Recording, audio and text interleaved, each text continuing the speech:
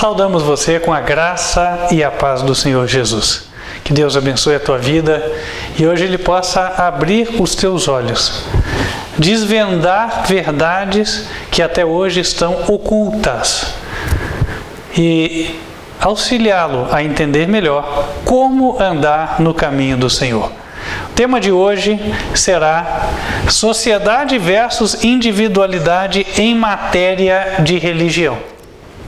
O tema parece um tema assim de universidade, acadêmico, mas não é. Ele diz muito respeito à nossa vida prática, tá? Vai falar das nossas relações com os nossos parentes, né, com a família, também nosso comportamento, seja lá no clube, seja na entidade onde você trabalha, na empresa.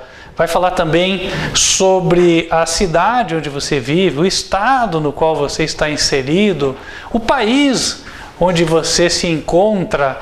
Então, diz respeito à tua vida de uma forma geral.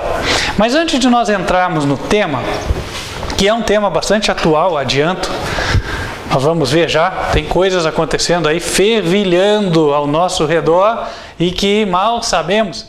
Mas antes disso nós vamos fazer aquilo que o Senhor nos ordenou, conforme está escrito em Malaquias capítulo 3, versículo 10. Ali o Senhor discriminou o princípio, ou ensinou, ou reiterou, talvez ficasse melhor, o princípio estabelecido para o avanço da sua obra. Deus determinou que nós, seres humanos, participássemos da obra do Evangelho. E não só com a nossa boca pregando, mas também com a nossa atitude, colocando a mão no bolso e dando aquilo que é do Senhor. Então não seria nem dar, mas devolver. A parte estipulada, não sou eu quem diz, é o próprio Deus. Em Malaquias 3, versículo 10, ele fala: trazei todos os dízimos à casa do tesouro, para que haja mantimento na minha casa. E depois fazei prova de mim, diz o Senhor dos Exércitos, se eu não vos abrir as janelas do céu e derramar sobre vós bênçãos sem medida. Dízimo vem da palavra dízima, que significa a 10ª parte. Então, é a 10ª parte da renda, do salário, do lucro da transação, assim por diante. Da diferença entre o preço de compra e o preço de venda, menos impostos, menos custos administrativos e assim vai. Cada um sabe como calcular, Deus deu inteligência para cada pessoa fazer isso. E as ofertas são voluntárias, são na proporção do que Deus toca o coração de cada um. Então, na proporção da nossa gratidão a Deus, nós temos o privilégio de ofertar e abençoar a obra do Senhor para que ela avance e o Evangelho seja pregado em todo o mundo. O Ministério Quarto Anjo, advertência final, é uma igreja estabelecida oficialmente no Brasil e está em mais de 20 países do globo, situando-se em 3 continentes já, partindo para abranger os demais 2 faltantes. Temos missionários, tempo integral em várias partes da terra e também há aqueles, como eu, que embora não sejam pagos, assalariados da obra, contribuem de forma voluntária. Sendo assim, a mensagem tem avançado e nós temos várias frentes de trabalho. Uma das frentes de trabalho é um trabalho de evangelismo no litoral, com panfletinhos, onde estamos anunciando as profecias, em especial de Apocalipse 8, às pessoas que moram nas regiões que serão mais afetadas. Nesse projeto, vários países estão envolvidos, não só da América do Sul, como da América do Norte, Europa e África também.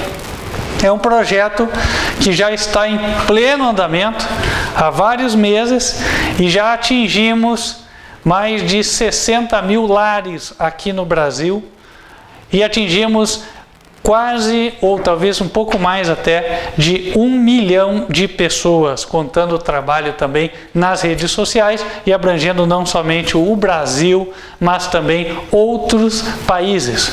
Além desse projeto, nós estamos na fase final de construção da igreja sede do ministério.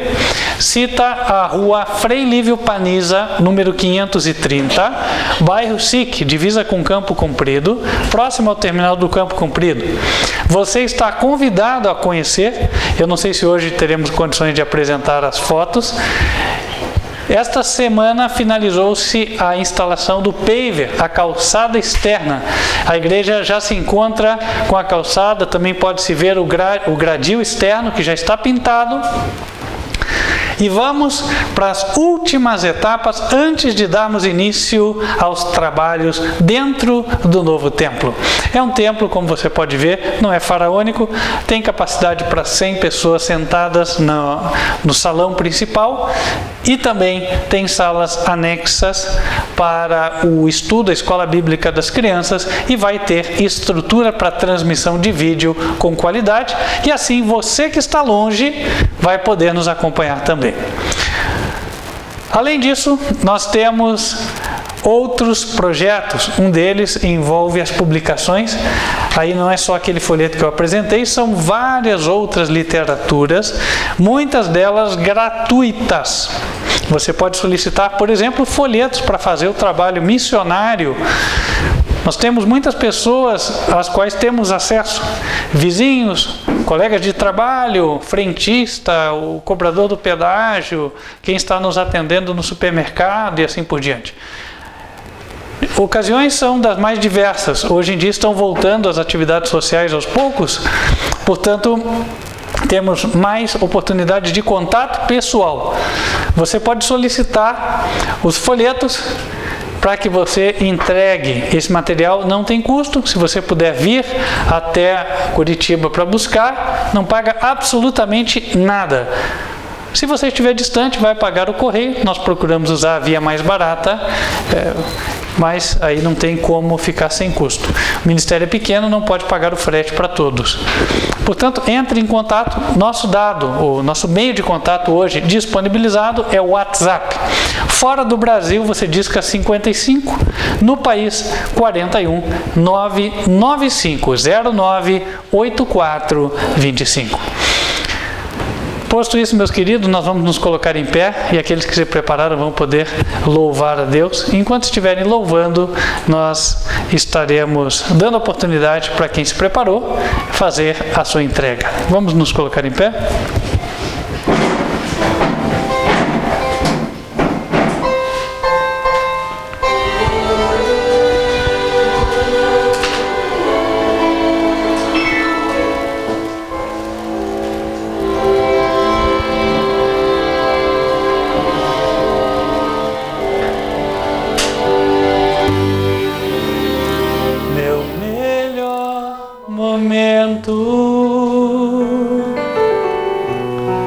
Foi quando com Cristo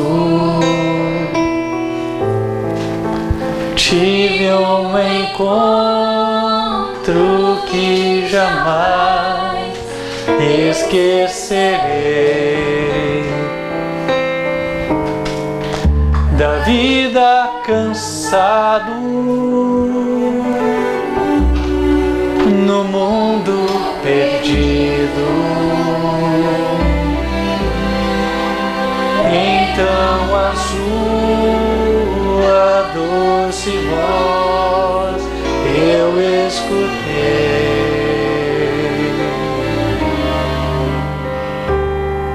Com tanto amor me chamou, amor que eu jamais fiz por merecer.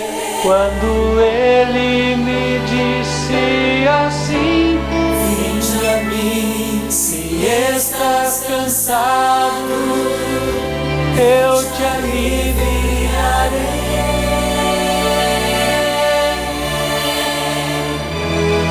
Com tanto amor me atraiu, com tanto amor que eu não resisti, chorando minha vida a ele entreguei. Meu melhor momento encontrei meu melhor momento. Vamos nos colocar de joelhos e falar com Deus.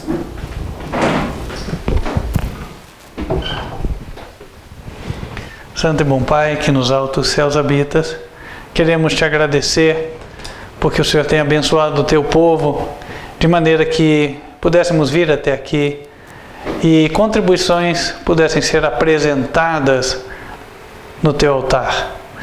Pedimos, Senhor, que abençoe-as segundo os teus infinitos recursos e possibilidades, de modo que com o pouco se faça tudo o que o Senhor determinou.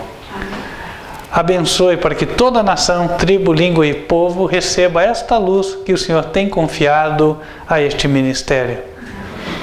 Abençoe os esforços de todos os envolvidos na obra e também o trabalho de todos aqueles que contribuem com ela. Continua nos guiando, a Deus, para que sempre façamos o máximo em favor do Evangelho, assim como o Senhor Jesus fez em favor da nossa própria salvação. Pedimos que agora, neste momento em que vamos estudar a Tua Santa Palavra, o Senhor nos unja com o Teu Espírito, venha falar conosco, venha nos abrir o entendimento, para que possamos compreender e colocar em prática os princípios da Tua verdade. Pedimos estas bênçãos em nome de Cristo Jesus. Amém. Antes de darmos início à mensagem, nós vamos ter uma mensagem musical cantada pela minha filha, a Esther. Vem aqui, querida. Pega o microfone aqui, tá?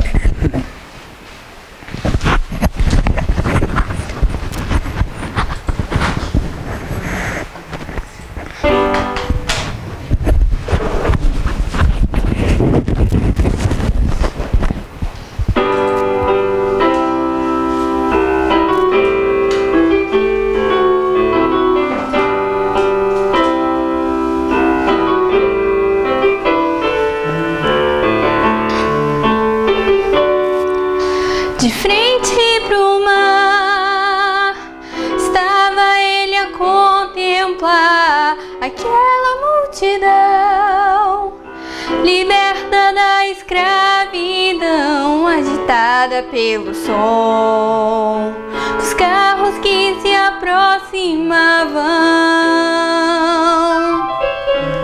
Ele sabe que não tem armas pra se defender, só pode esperar na força do seu Salvador. O inimigo se aproxima, parece ser o fim, condenados à ruína. Devia Deus deixá-los assim, mas a fé não falhou. Em Jeová Moisés esperou, e no último momento o grande Deus se manifestou. É na última hora que Deus revela sua glória. É na última hora que Ele dá a vitória. Aquele que teme a Deus e lhe dá glória, Deus na última hora mudará sua história.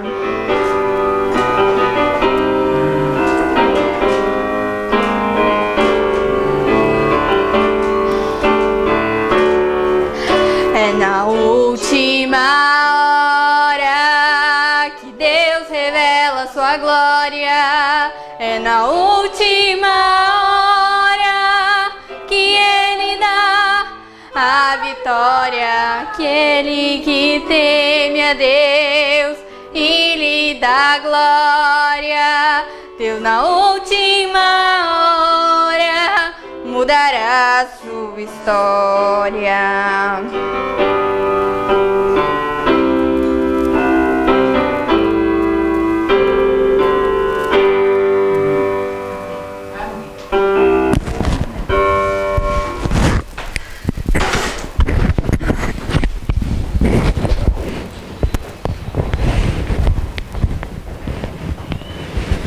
Como falamos há pouco, hoje estaremos estudando sobre sociedade versus individualidade em matéria de religião. Para isso, convido os irmãos que abram as Bíblias no livro de Deuteronômio, capítulo 4. Deuteronômio, capítulo 4.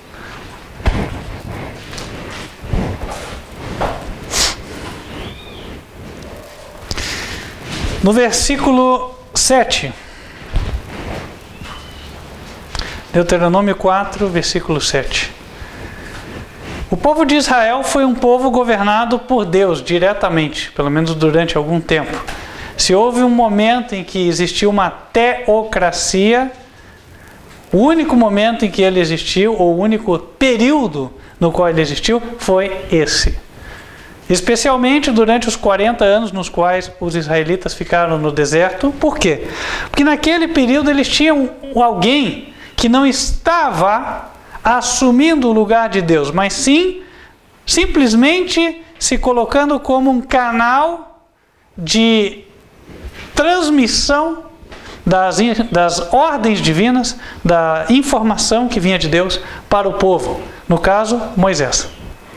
Depois que Moisés faleceu, a Bíblia diz: nunca mais houve varão como Moisés, que via Deus face a face. Então nunca mais houve uma teocracia, mesmo dentro da terra de Israel, como quando Moisés estava à frente do comando. Em Deuteronômio capítulo 8, o próprio Moisés, no versículo 7, coloca para o povo de Israel qual era a base de governo. Deuteronômio capítulo 4, versículo 7. Por quê? Que gente há tão grande, disse ele. Que gente há tão grande que tenha deuses tão chegados como o Senhor nosso Deus, todas as vezes que o chamamos. E que gente há tão grande que tenha estatutos e juízos tão justos como toda esta lei que hoje dou perante vós.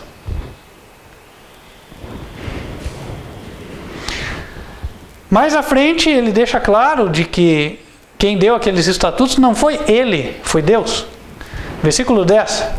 No dia em que estiveste perante o Senhor teu Deus em Horebe, o Senhor me disse. Horebe, entenda-se, Monte Sinai. O Senhor me disse, continua: ajunta-me este povo e os farei ouvir as minhas palavras e aprendê-las-ão para me temerem todos os dias que na terra viverem, e as ensinarão a seus filhos. E vós vos chegastes e vos pusestes ao pé do monte, e o monte ardia em fogo até o meio dos céus, e havia trevas e nuvens e escuridão. Então o Senhor vos falou do meio do fogo. A voz das palavras ouvistes, porém além da voz não vistes semelhança alguma. Então vos anunciou ele o seu concerto, que vos prescreveu as 10 palavras, ou os 10 mandamentos, e os escreveu em 2 tábuas de pedra.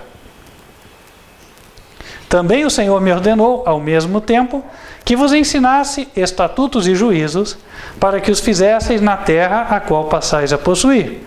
Guardai, pois, com diligência a vossa alma, pois semelhança alguma vistes no dia em que o Senhor vosso Deus, em Horebe, falou convosco no meio do fogo.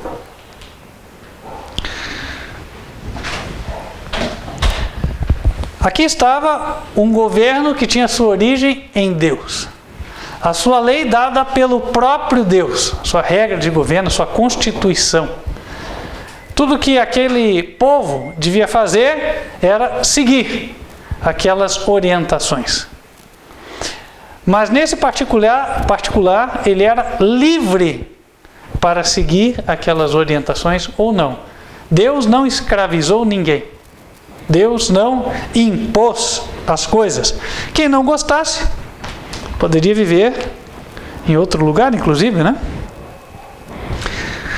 Quando Josué, aquele que seguiu-se a Moisés, estava nos seus últimos dias, ele fez um apelo ao povo.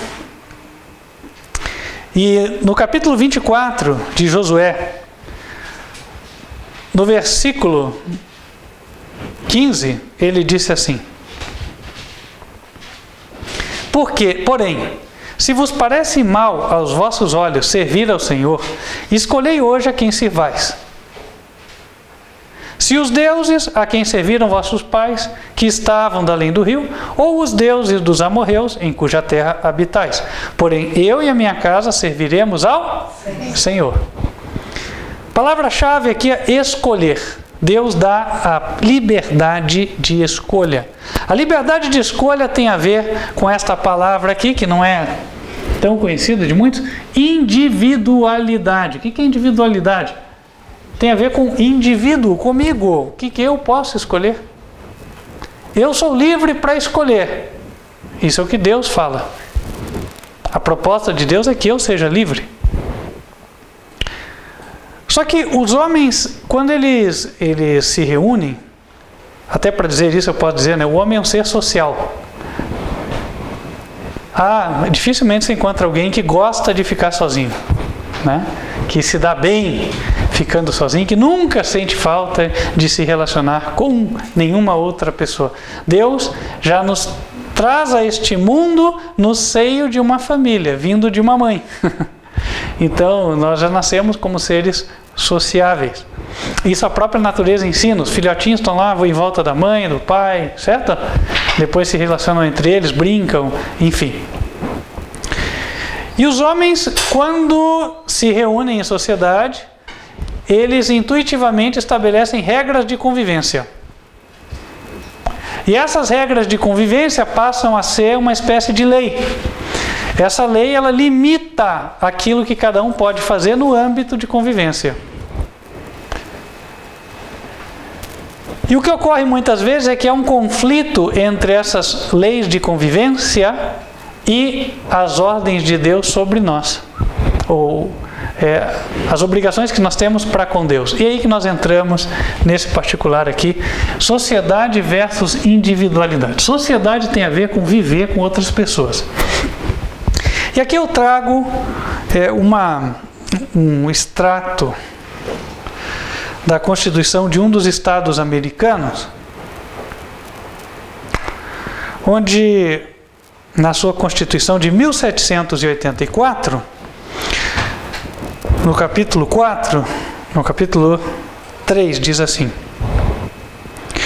Quando homens entram no estado de sociedade, eles entregam alguns dos seus direitos naturais para aquela sociedade para assegurar a proteção de outros.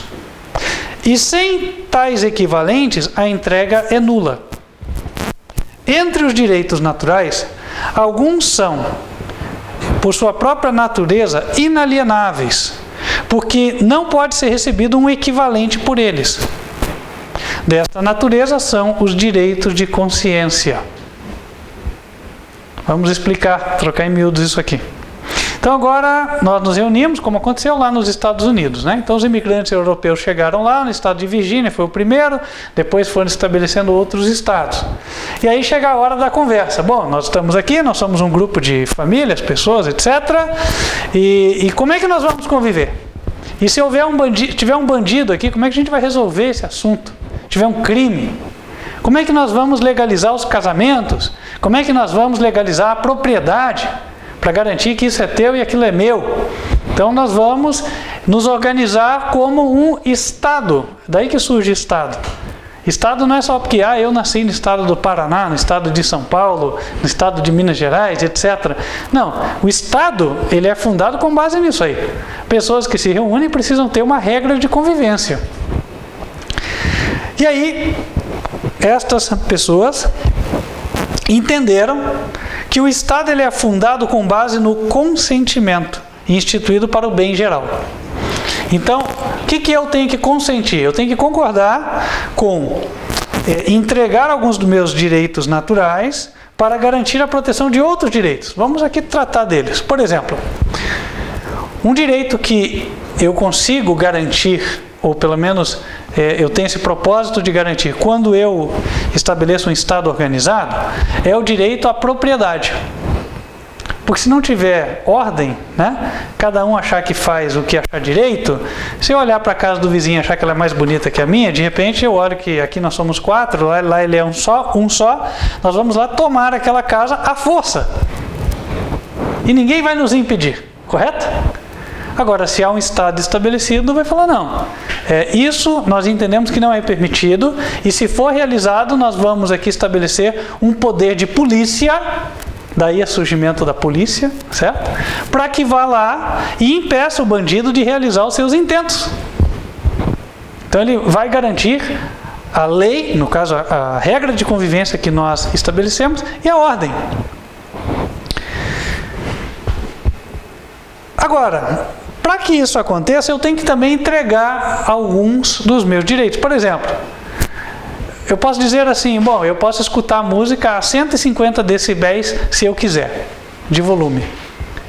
Bom, se você morasse sozinho, não tivesse nenhum vizinho no raio de 100 km, você pode escutar até a 200 decibéis, certo?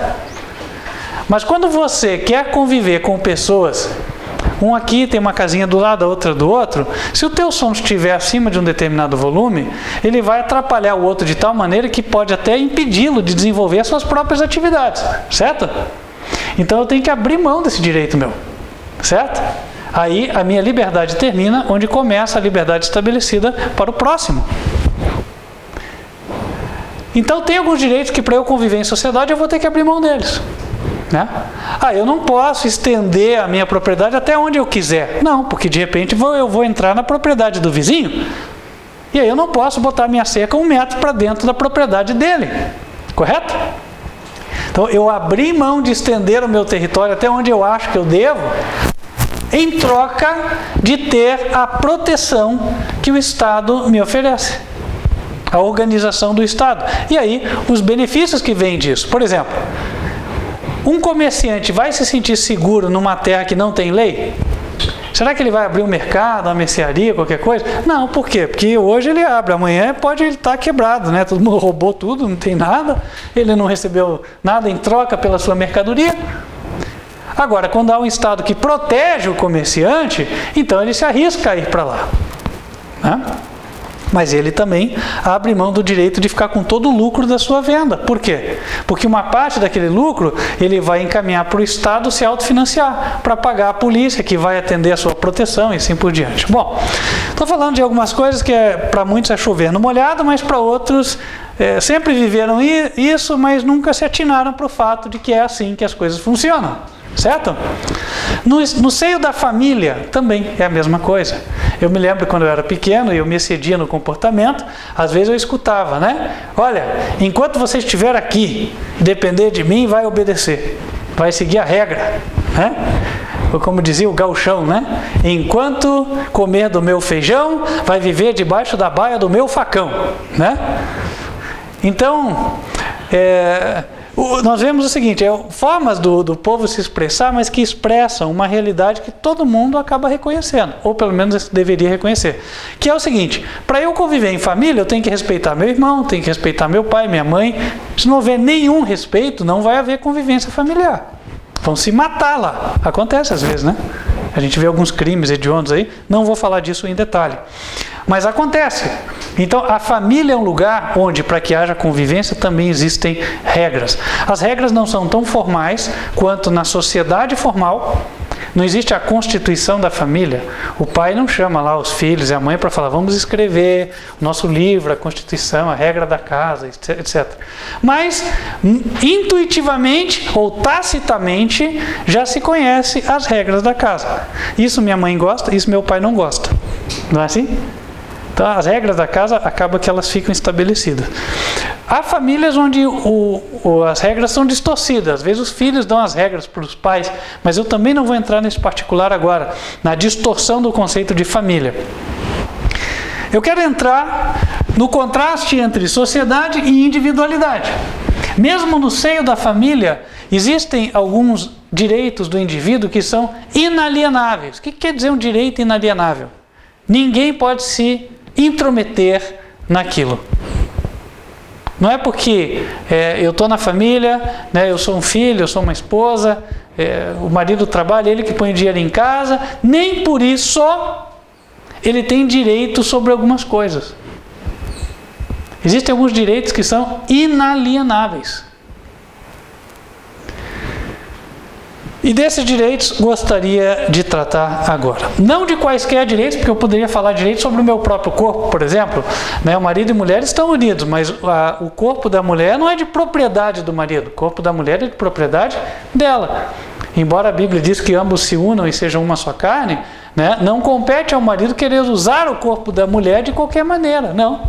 O corpo dela pertence a ela. Mas eu também não vou tratar disso agora. Nós vamos tratar da questão de individualidade em matéria de religião. Agora nós entramos num campo comum para muitos irmãos. Por quê? Quem não tem família dividida em questão religiosa? Não é verdade? Quem não tem família dividida? Quem não tem divisão na empresa, no trabalho por questão religiosa? Quem não encontra problemas relacionados a crenças religiosas no seio da sociedade? Será que as nossas garantias individuais, elas estão entrando no campo daquilo que é inalienável? Daquilo que ninguém deveria se intrometer? É justamente sobre isso que devemos tratar agora. Para tanto, nós vamos usar alguns exemplos bíblicos. E o primeiro, não poderia ser diferente, é o do próprio Senhor Jesus Cristo, no seio da sua família. Ao contrário do que poderia se pensar, Jesus não foi reconhecido e honrado na sua família como sendo o Messias. Inclusive, depois que ele começou o seu ministério, ele teve vários problemas. Houve ocasiões, inclusive, que os seus parentes quiseram dissuadi-lo. Quer dizer, tirar da cabeça dele essa história de servir a Deus. Parar de fazer aquilo que Deus o ordenava a fazer. Veja, Deus não chegou para os parentes de Jesus e falou assim: Maria, você é a mãe de Jesus, eu vou te explicar. A missão do teu filho é essa. Então você vai apoiá-lo em tudo que ele fizer. Ele também não mandou um anjo para os irmãos de Jesus, falando: olha, o filho de você, o irmão de vocês, não é um irmão comum, é meu filho, é o Messias. Então, vocês têm que tratar ele assim, têm que apoiar ele no seu ministério. A Bíblia não relata isso. Isso não aconteceu. Os irmãos e a mãe de Jesus deveriam ver o seu caráter e, assim como qualquer outra pessoa da terra, admirá-lo por isso e obedecê-lo por isso.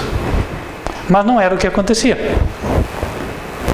E por vezes esta família de Jesus queria intrometer-se na individualidade de Jesus, ou seja, aquilo que Deus disse para Jesus fazer. Em Mateus capítulo 12, no versículo 46, é dito que, falando ele ainda à multidão, eis que estavam fora sua mãe e seus irmãos, pretendendo falar-lhe. E disse-lhe alguém: eis que estão ali fora tua mãe e teus irmãos que querem falar-te. Porém ele, respondendo, disse ao que lhe falara: quem é minha mãe? E quem são meus irmãos? E estendendo a mão para os seus discípulos, disse: eis aqui minha mãe e meus irmãos. Porque qualquer que fizer a vontade de meu Pai, que está nos céus, este é o meu irmão e irmã e mãe. Há verdades que se estabelecem pelo que se fala, e há outras verdades que se estabelecem pelo que se faz. Aqui Jesus estabeleceu uma verdade pela sua atitude. Vamos analisar. Jesus estava atendendo os interessados na palavra, cumprindo aquilo que Deus lhe disse para fazer. E então os seus familiares lá fora não chegaram a entrar, certo? Ficaram lá de fora, pediram uma conversa. Ué, por que eles não entraram, não se uniram à multidão e falaram: olha, eu queria falar algo aqui? Por quê? Porque aquilo que eles tinham para dizer não estava em harmonia com o que estava acontecendo naquele cenário de pregação. Pelo contrário, eles queriam dissuadir Jesus da sua missão. E é exatamente por esta razão que Jesus não lhes deu nenhuma atenção. Ele disse: quem é minha mãe? Quem são meus irmãos? Minha mãe e meus irmãos são aqueles que fazem a vontade do meu Pai. Por quê? Porque embora Jesus tivesse sido associado a eles, quer dizer, Deus, quando colocou seu Filho no mundo, colocou a ele, Jesus, no seio daquela família, naquele núcleo de sociedade. Jesus já tinha aprendido que em matéria de religião não se pode tocar na sua individualidade. Esse é um direito inalienável. Ele devia contas a Deus e a Deus somente daquilo que ele fazia segundo a vontade do seu Pai. E aí, o que ele fez? Não atendeu a família. Simplesmente desconsiderou completamente os apelos, mesmo sendo da sua mãe. Porque em matéria de religião, ninguém pode determinar o que você vai fazer ou o que você vai deixar de fazer. Religião é uma coisa que se presta somente a Deus e não aos homens. Esse princípio Jesus claramente disse em Mateus 22. Mateus capítulo 22, na questão do tributo.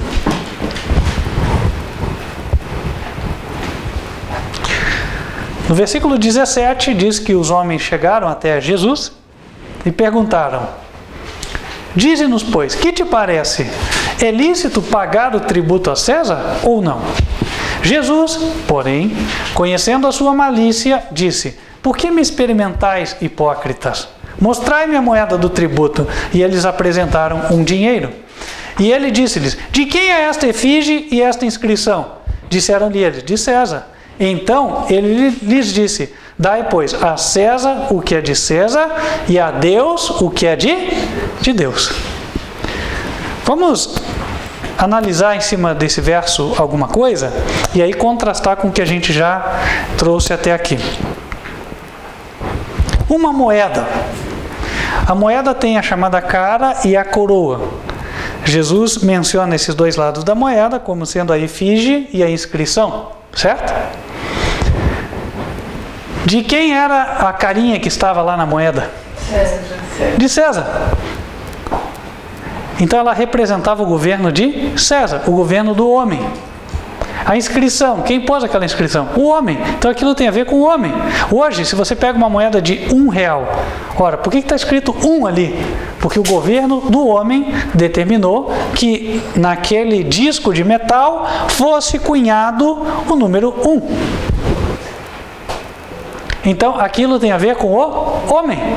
Deus deu jurisdição para o homem nisso. O homem pode regular o dinheiro. Dai a César o que é de César. Por isso que se o governo pede impostos, não compete a nós dizer: ah, mas o imposto é caro.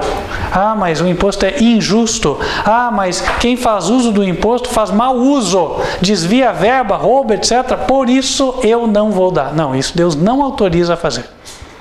Dá honra a quem tem honra. Dê a César o que é de César. Numa família, devo respeitar os meus irmãos? Sim, claro que eu devo. Devo honrar meu pai e minha mãe? Devo. Agora, esta honra devida a pai e mãe não pode ser confundida com a minha individualidade em matéria de religião. Vamos falar de religião. Quem deu os 10 mandamentos? Deus. Então, por assim dizer, qual é a cara dos 10 mandamentos? A cara que está lá. A efígie de Deus. A cara, por assim dizer, o rosto, o caráter de Deus. Agora, qual é a inscrição? Quem foi que deu aquelas letras? Quem foi que escreveu naquelas tábuas de pedra? Deus, com o próprio dedo. Está lá em Êxodo 31, verso 17. Deus com seu dedo escreveu. Então, no tocante à obediência a Deus, a reverência para com Deus, nós devemos a quem? A Deus ou ao homem? A Deus, somente a Deus. E algumas coisas Deus reservou só para ele. Quem conhece os mandamentos sabe, os 4 primeiros mandamentos dizem respeito à nossa relação com Deus. Os 6 últimos dizem respeito ao próximo. Eu cito os 6 últimos aqui porque as pessoas conhecem de cor, mas os irmãos podem encontrá-los em Êxodo 20. Os 10 mandamentos estão desde o verso 3 até o verso 17. 5º mandamento, honra teu pai e tua mãe, para que se prolongue os teus dias na terra que o Senhor teu Deus te dá. 6º, não matarás. Depois, não furtarás, não adulterarás, não dirás falso testemunho, não cobiçarás. Note que tudo isso tem a ver de homem para com homem, né? Tem a ver com o pai e a mãe, tem a ver com não prejudicar o próximo, não matar, não roubar. Agora, os 4 primeiros dizem respeito a Deus. Em Êxodo 20, verso 3, o Senhor diz: não terás outros deuses diante de mim. Não farás para ti imagem de escultura. Não tomarás o nome do Senhor teu Deus em vão. E o 4, lembra-te do dia do sábado para o santificar. 6 dias trabalharás e farás toda a tua obra, mas o 7º dia é o sábado do Senhor teu Deus. Então está claramente mencionado que isso diz respeito a Deus. Meu dever para com Ele, adorá-lo como único Deus, não fazer imagens, não tomar o nome dele em vão e guardar o dia de sábado. Então Deus quer que eu o reconheça como um só, uma pessoa, não 3 como se faz por aí. Esses 4 primeiros mandamentos nós devemos respeito a eles, e isso tem a ver com a nossa relação com Deus. Jesus falou: dai a Deus o que é de Deus. Agora, ocorre muitas vezes que no seio da família, o marido, a esposa, o irmão, o filho, a filha, a nora, o genro, querem dizer: ah não, mas você vai, por conta de igreja, você não vai respeitar a família? Nós aqui comemoramos o Natal. O Natal está na Bíblia? Não. Qual é o objetivo do Natal anunciado? Qual é o objetivo anunciado do Natal? Comemorar o nascimento de Jesus. Jesus nasceu nesse dia? Não. Jesus pediu para comemorar o dia dele? Não. Jesus pediu para honrar esse dia? Não. Então, por que nós vamos fazer essa comemoração? Aí a gente chega lá, eu já percebi isso, né? Feliz Natal, todo mundo te cumprimenta assim. Então, meus queridos irmãos, dai a César o que é de César, dai a Deus o que é de Deus. Ninguém pode me obrigar a dar a Deus aquilo que Ele não pediu e que eu sei que Ele não pediu. Ninguém pode me obrigar a dar a Deus aquilo que Ele acha que eu devo dar. Quando Ele falou dai a César o que é de César e dai a Deus o que é de Deus, Ele separou o que o homem pode exigir no contexto de uma sociedade e o que Deus só pode exigir no contexto da individualidade. No contexto da sociedade, o homem pode exigir algumas coisas, por exemplo, o respeito ao pai e à mãe, a visita frequente ao pai e à mãe, auxiliá-los nas suas necessidades, bem como aos irmãos, tratá-los com respeito, certo? E por que não tributar a eles, não só honra como amor também, né? Tudo isso é exigível do ponto de vista da sociedade. Agora, o que não é exigível? Que eles venham dizer o que eu devo ou não fazer em matéria de religião. Aí, nesse particular, eles devem ser o quê? Absolutamente ignorados. Porque assim também o fez o Senhor Jesus Cristo, que é o nosso exemplo. Quando a sua família tentou interferir em matéria de religião, o que ele disse? Quem é meu pai, a minha mãe e meus irmãos? São aqueles que fazem a vontade do meu Pai. Acabou. Simplesmente não há o que tributar. Agora, então a gente vê que o dar a César não envolve só dar ao governo. Deve dar a toda a autoridade humana instituída. Essa autoridade humana pode ser o preceptor da escola, o professor da sala de aula, pode ser o pai, a mãe, etc. Né? Por exemplo, o professor, ele tem o direito de te obrigar a escrever que o mundo veio à existência por causa da evolução? Pois o mandamento diz para nós reconhecermos a Deus como Criador. O 4º mandamento fala, porque em 6 dias fez o Senhor os céus, a terra, o mar e tudo que neles há. Aí o professor fala, mas se você não responder que foi evolução, vai perder a questão, vai tirar 0 na prova, eu vou te reprovar. Diante de Deus, tudo isso que o professor pretende fazer tem alguma validade? Não, é absolutamente nulo. Absolutamente nulo. Ah, mas se eu não fizer isso, eu não vou passar de ano. Olha, essa questão nem passa na mente de quem compreende a relação entre individualidade e sociedade. Porque para conviver em sociedade, seja ela qual for, eu entrego alguns direitos, mas outros não, são inalienáveis. Eu não entrego. E ninguém tem o direito de exigir. Ninguém tem o direito de exigir que eu dê a ele aquilo que eu devo dar apenas a Deus. Vamos para alguns outros exemplos. Eu quero convidar os irmãos para irem a Atos, capítulo 7. Atos, capítulo 7, discurso de Estevão. Versículo 51. Estevão estava diante do sinédrio judeu, ali estava a igreja, os líderes da igreja representados, e entendiam que Estevão seria um súdito daquela igreja. Embora talvez Estevão não pensasse assim, que Estevão estava na igreja apostólica. Ele disse: homens de dura cerviz e incircuncisos de coração e ouvido, vós sempre resistis ao Espírito Santo, assim vós sois como vossos pais. A qual dos profetas não perseguiram vossos pais? Até mataram os que anteriormente anunciaram a vinda do justo, do qual vós agora fostes traidores e homicidas. Vós que recebestes a lei por ordenação dos anjos e não aguardastes. E ouvindo eles isto, enfureciam-se em seu coração e rangiam os dentes contra ele. Mas ele, estando cheio do Espírito Santo e fixando os olhos no céu, viu a glória de Deus e Jesus, que estava à direita de Deus, e disse: eis que vejo os céus abertos e o Filho do Homem que está em pé à mão direita de Deus. Mas eles gritaram com grande voz, taparam os ouvidos e arremeteram unânimes contra ele. E expulsando-o da cidade, o apedrejaram. E as testemunhas depuseram suas vestes aos pés de um jovem chamado Saulo. E apedrejaram a Estevão, que em invocação dizia: Senhor Jesus, recebe o meu espírito.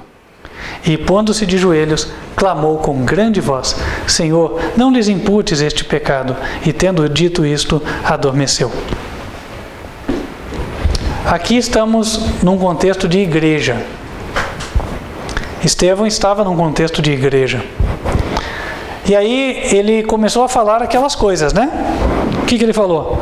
Homens de dura cerviz, incircuncisos de coração e ouvido, vós sempre resistis ao Espírito Santo. Qual dos profetas não perseguiram vossos pais?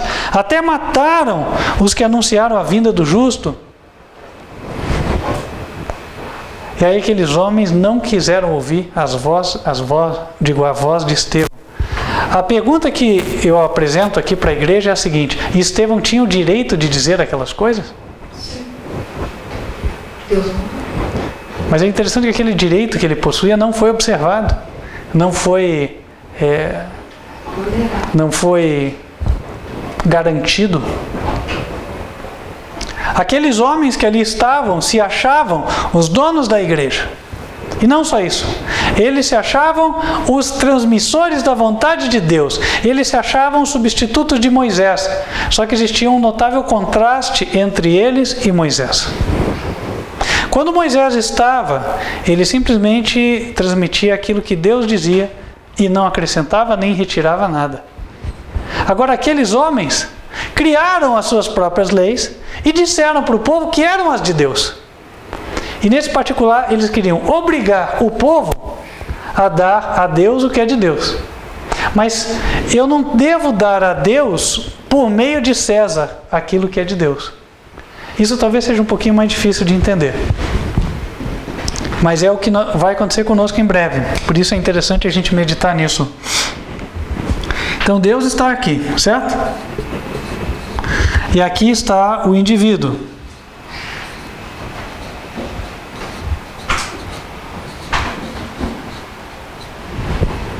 Aquilo que Deus pede, ele tem que prestar a quem? Prestar contas a Deus. Assim. Só que daí vem o homem, os líderes da igreja, se unem com o Estado, ou com a família, ou com a universidade, etc, etc. Qualquer instituição que represente um segmento da sociedade. Ou seja, a autoridade da igreja unida à autoridade da sociedade.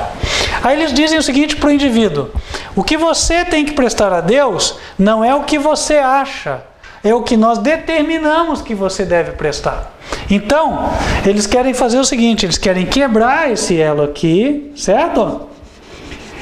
E eles querem estabelecer uma via alternativa e instituí-la como oficial, que você presta a eles como se estivesse prestando a Deus. Quando, na verdade, o correto seria isso aqui. Então, esse vermelho, ele é o caminho do pecado. Entregue a Deus o que é de Deus, mas da forma que eu acho. Entregue a Deus o que é de Deus, mas da forma que a igreja determinou. Entregue a Deus o que é de Deus, mas da forma que o professor diz. E assim vai, que a ONG diz, que o exército diz. Aqui a situação pode ser qualquer uma.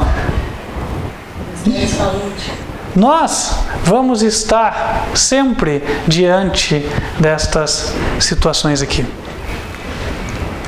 E aí, a individualidade vai estar em oposição aos reclamos da sociedade. Mas por quê? Porque a sociedade deixou de ser sociedade? Não. Porque a sociedade está usurpando a sua competência. O que é usurpação de competência? Usurpar a competência é eu me colocar onde eu não tenho direito de me colocar. Eu assumir a autoridade de outros. Exemplo: se eu quiser determinar o que o meu irmão tem que crer ou não crer, eu estou me colocando no lugar de Deus. Então eu estou usurpando, seja bem-vindo, estou usurpando a autoridade de Deus. E isso eu não posso fazer. Mas é exatamente isso que se pretende fazer. E Satanás está trabalhando de forma especial para que isto aqui ocorra de forma cada vez mais frequente. Este ano, uma classe da sociedade relacionada com a saúde, esteve também se imiscuindo nesse contexto. Está dizendo que o dia do culto, como a gente já falou, lá na cidade de Betim, Minas Gerais, dia do culto, só quarta, sexta e domingo. Mas a desculpa é a saúde. A desculpa não interessa. O argumento não importa. O argumento pode ser qualquer um. O princípio é que está errado. O princípio de dar a Deus o que é de Deus por meio de César é errado. Isso aqui é proibido pela palavra do Senhor. Não pode. Errado.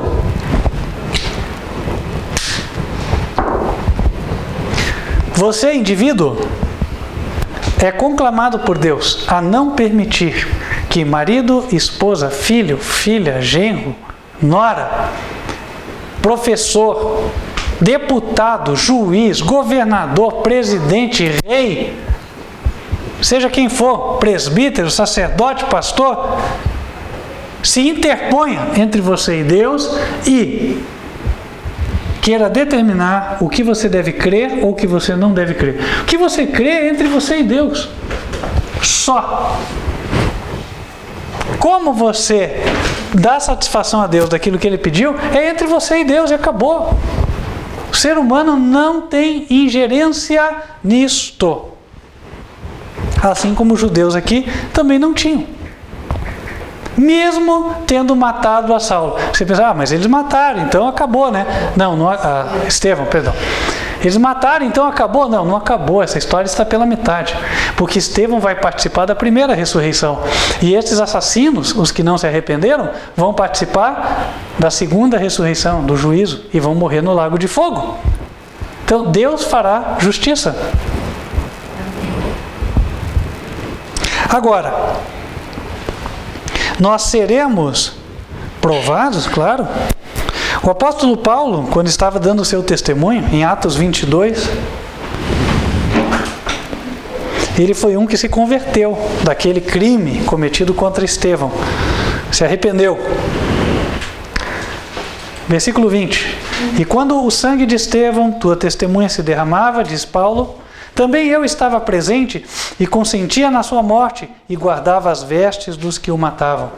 Ele dizia isso num discurso dado aos judeus, falando da entrevista que ele teve com Jesus.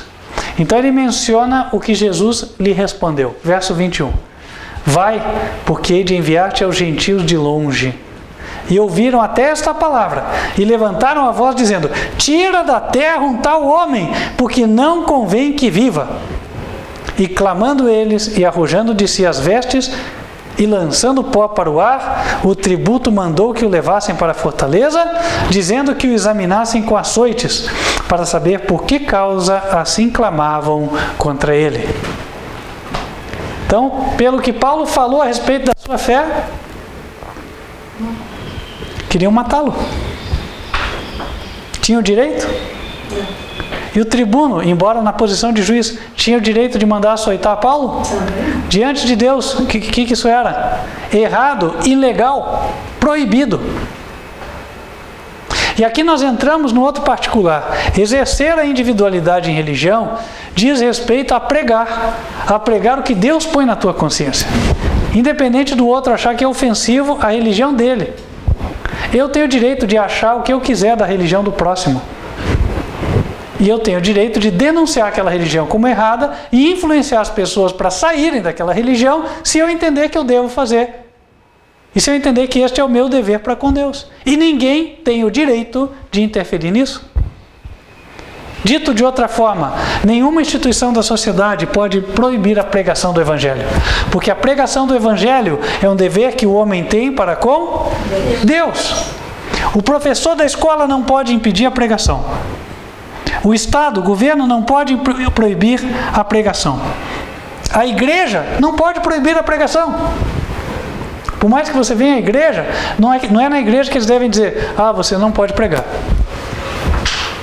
O que a igreja pode dizer sim, é por exemplo, você não pode vir no altar, você não é um pastor ordenado, existe uma ordem estabelecida dentro do seio da igreja, isso é uma coisa. Agora, dizer que você não pode pregar aí fora, para quem você quiser, aquilo que você crê, aí é outra coisa, né? Aí não pode haver um conflito também, porque cada um tem sua religião, sua fé, crê em uma coisa.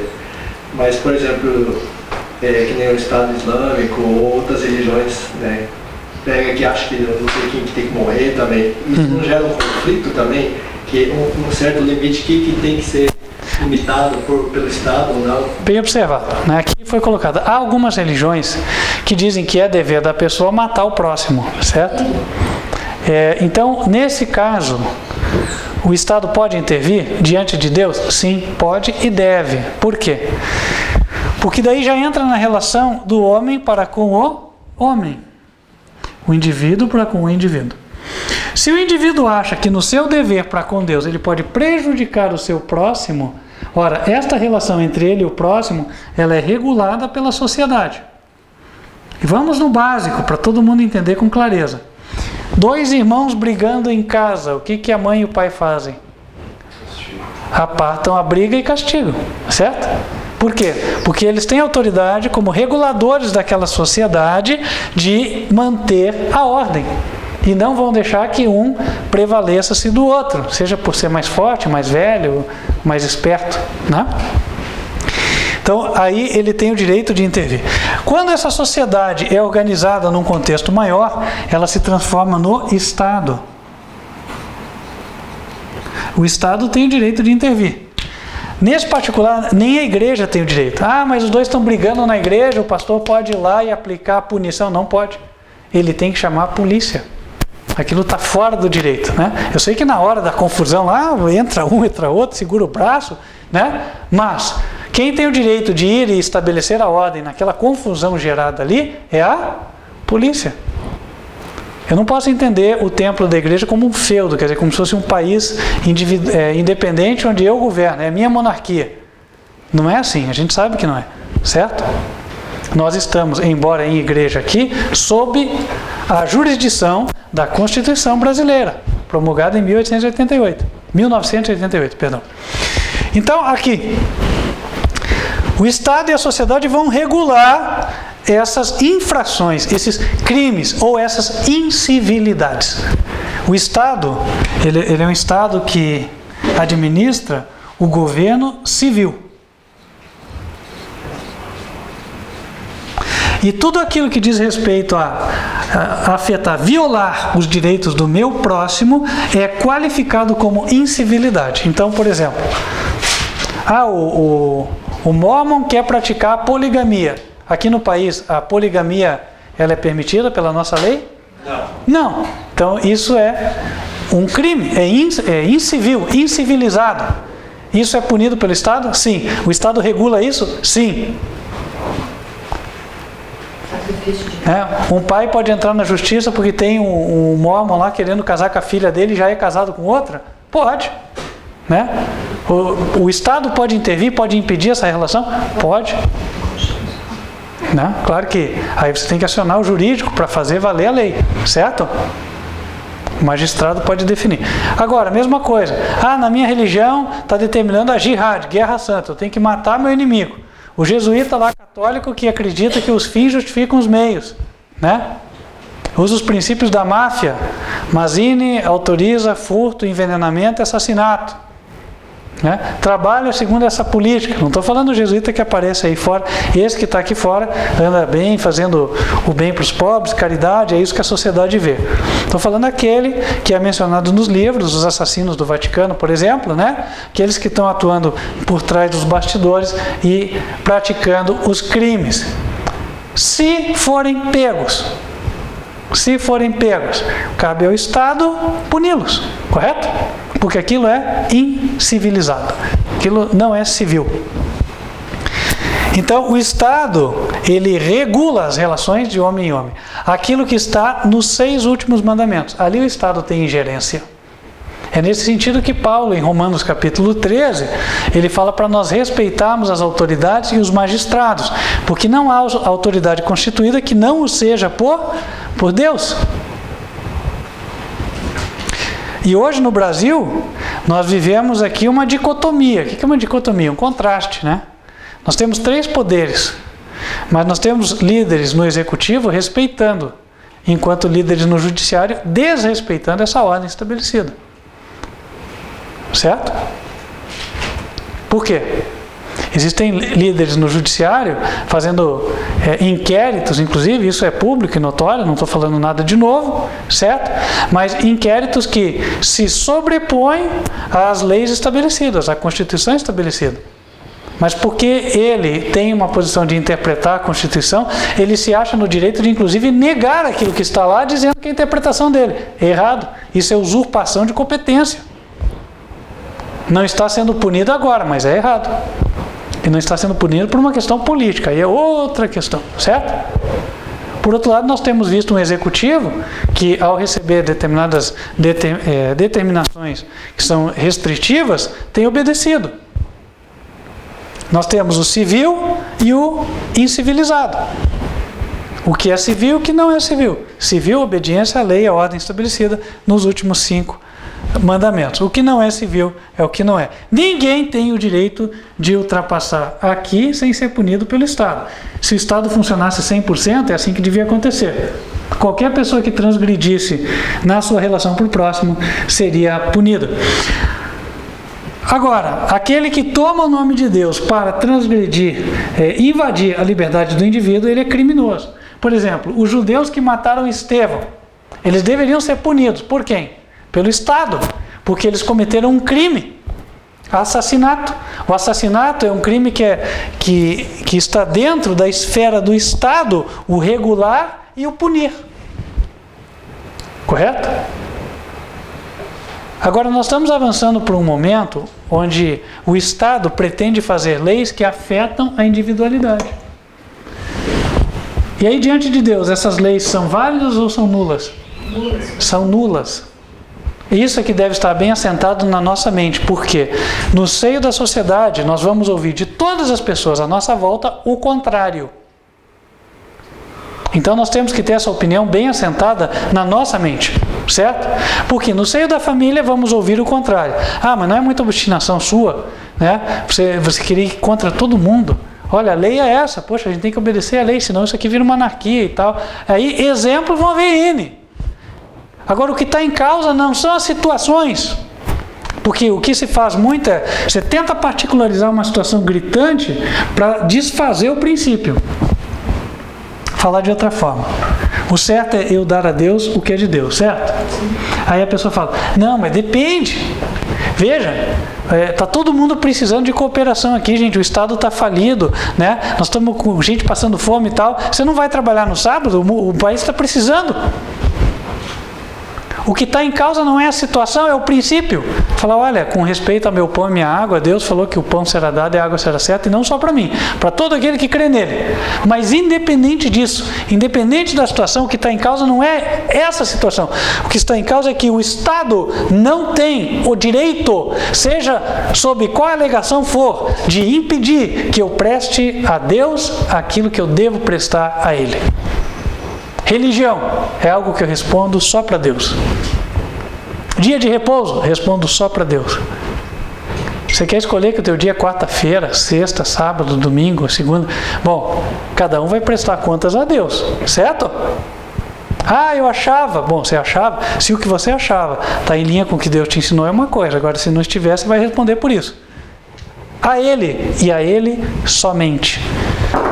O princípio envolvido no que estamos falando se resume num versículo bíblico que encontra-se em Romanos, capítulo 14, versículo 12. De maneira que cada um de nós dará conta de si mesmo a Deus. Eu vou dar conta da minha vida a quem? A Deus. Por isso que ninguém tem o direito, Deus não deu o direito a ninguém de assumir essa prerrogativa. E aqui a Igreja Católica falha de uma maneira crassa. Por quê? Porque o Papa se considera o substituto de Deus na Terra e aquele que delega autoridade até para o padre para ouvir a confissão do pecado do indivíduo. Errado. O indivíduo deve confessar o seu pecado a quem? A Deus. Satisfação com respeito à sua vida religiosa ele tem que dar a Deus e a Deus somente. Não é ao homem. O homem não tem o direito. Deus também não valida o tal do Tribunal da Inquisição, crimes religiosos punidos pela Igreja. Não valida. Por quê? Se a pessoa é irreligiosa, ela vai ter que prestar conta disso a Deus. Ah, mas se em vez de ir para a igreja, ela gosta de ir para o estádio de futebol. Por hoje, isso é um problema único e exclusivo dela, absolutamente. Vai trazer consequências? Seguramente vai. Mas independente das consequências, o ser humano é livre para tomar as suas decisões. Agora, que cada um tenha uma boa consciência, saiba tomar decisões adequadas. Por quê? Porque um dia responderemos diante de Deus. Assim fica estabelecido o princípio. Em matéria de religião, sociedade e individualidade são completamente separados entre si. Não se interseccionam. Né? A sociedade não pode intervir na individualidade do homem em matéria de religião. Ficou claro isso, irmãos? Alguma dúvida? Esse é um tema que tem que estar assentado na nossa mente, porque as pessoas vão argumentar. Às vezes tentam jogar a gente contra os outros. E mais, vão tentar nos enquadrar como criminosos. Quando, na verdade, nós somos absolutamente inocentes diante de Deus. Estevão foi enquadrado como criminoso, julgado, condenado na mesma hora, né? Paulo foi enquadrado como criminoso, julgado e condenado.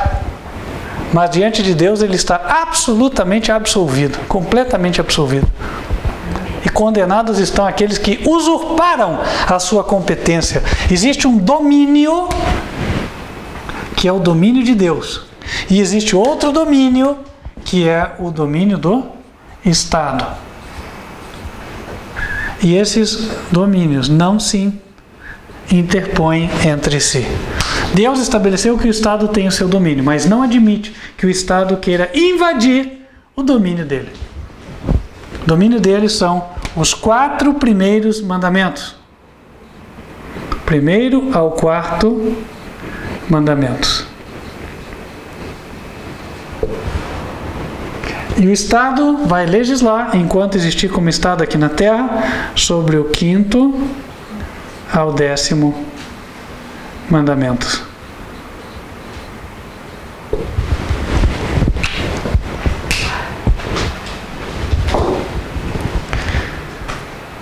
Recentemente foi aprovado um projeto de lei que, de certa forma, para todos os efeitos práticos, acaba restringindo em muito a ação no ambiente da internet.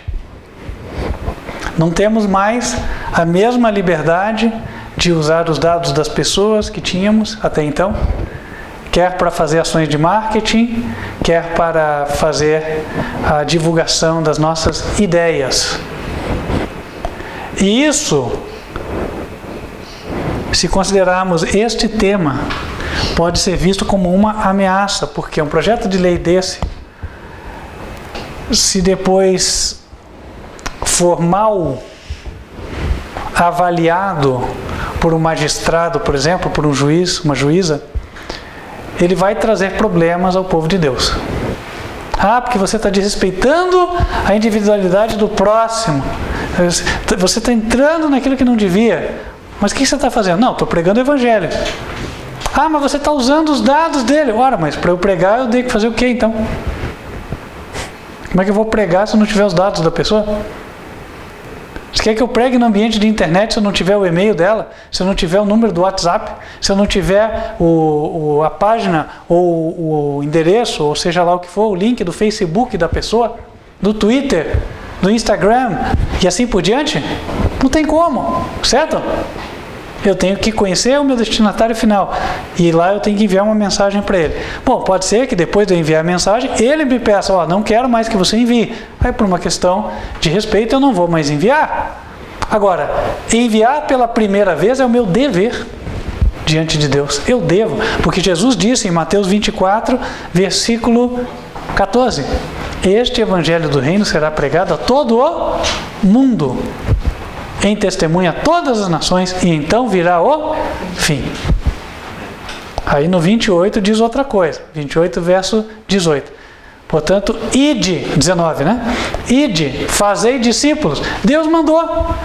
Mas é que estão ofendendo a minha religião, estão querendo tirar os conversos da minha igreja e tal. Olha, isso não é um crime. Isso não é um crime, isso é exercício do direito. Então você não deve parar de pregar porque acha que a sociedade não vai aceitar. Você deve anunciar. Agora, se depois de você anunciar a sociedade não quis, tudo bem. Teu trabalho foi realizado, tua obrigação para com Deus está cumprida. Portanto, meus queridos irmãos, que ninguém nos impeça, que continuemos firmes, avançando, fazendo aquilo que o Senhor espera. O que é que devemos levar? Qual a bandeira? Está em Apocalipse 14, versículo 12. Aqui está a paciência dos santos. Isso deve ser entendido pelo mundo. Quem são os santos aos olhos de Deus? Aqui estão os que guardam os mandamentos de Deus e a fé de Jesus. Que assim seja, meus queridos irmãos. Amém? Amém. Amém. Vamos nos colocar de joelhos e falar com Deus?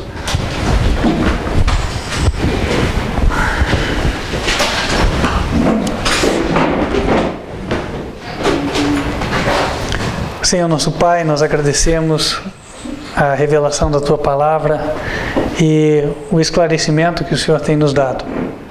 Pedimos, Senhor, que nossa mente esteja bem esclarecida e assentado o pensamento sobre a diferença entre dar a honra que os homens merecem e desobedecer ao Senhor. Que possamos sempre, Senhor, manter a individualidade intocada em matéria de religião. Abençoe o Teu povo, que possa todo o Teu povo compreender isso com clareza, ó Deus, e praticar o que é o mais importante.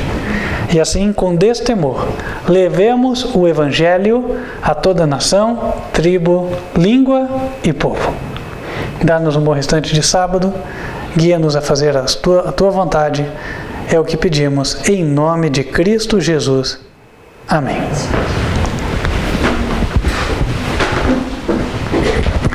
Nós vamos ficando por aqui, mas eu convido você que nos assiste para continuar nos acompanhando pelo canal. O canal é youtube.com/TV Advertência Final.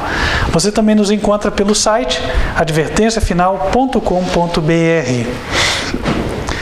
Nós vamos ficando por aqui, mas eu queria estender um convite também para você que tem entendido a palavra por meio das pregações deste canal, tem visto que há luz de Deus transmitida através das mensagens e tem sido tocado pelo Senhor, de que o povo de Deus está aqui. Entre em contato conosco, vai ser uma alegria podermos te auxiliar, dar estudos bíblicos, para que você possa se preparar e dar o passo do batismo. Contato para falar conosco é o WhatsApp. Se está fora do Brasil, diz que 55.